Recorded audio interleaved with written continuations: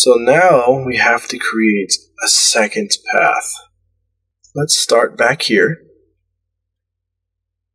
This is pretty straight through here, so we don't need too many control points.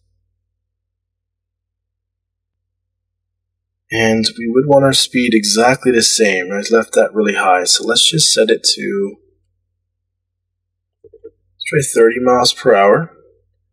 And set the other one to 30 miles per hour exactly as well. That way, it'll be much easier to coordinate. In fact, it'll be possible to coordinate. Now we have to go smooth. Okay, now that we've got our points all smooth and our path set up, let's turn back on our car layer. And while we're on the car layer, let's add our cars for the other path, because right now there are no cars. And again, we'll try to keep them evenly spaced. We have to think, whenever I do this, I really think about a zipper, just the two sides coming together, interlocking. That's what will have to happen here. Go to video mode. Let's just go to the preview right here and take a look.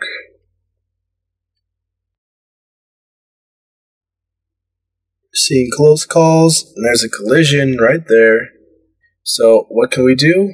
We need to trace back where that collision happened, right here. And let's just go ahead and go back and follow that car home to where it started.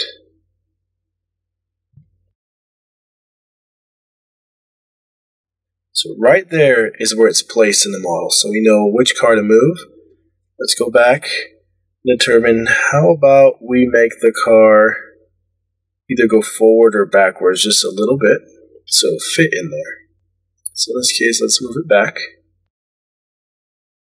Let's watch from this view. There's another close call we'll have to fix. And that has been fixed. It looks very smooth. Oh, and then we found another problem right here. So once we fix some problems, we might find some more. And this can get pretty tedious, but this is much easier than having to animate each one individually.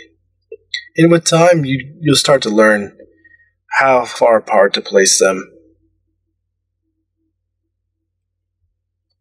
So by adjusting these guys, I'm going to go ahead and speed up the process so you can just get an idea. I don't want to spend too much time going through some of these details, but we'll clean up these two lanes. So after all of our work, you notice that towards the end of this clip, we still see two cars that are colliding. And you know what? Instead of going all the way back, another way we can fix this is just reduce the duration of the clip.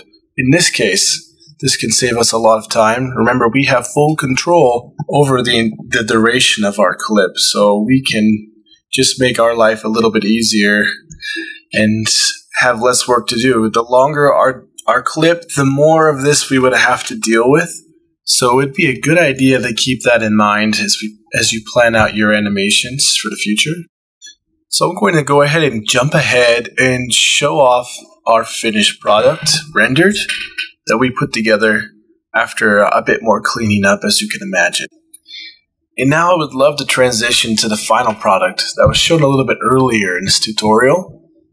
This is what I was able to put together following the same exact steps I've shared with you. Obviously, I've added some extra lanes, some extra traffic, and put a little bit more time into it. You know, the entourage and scenery and the car lights, really easily added in Lumion. Didn't take much time at all. A couple effects here and there.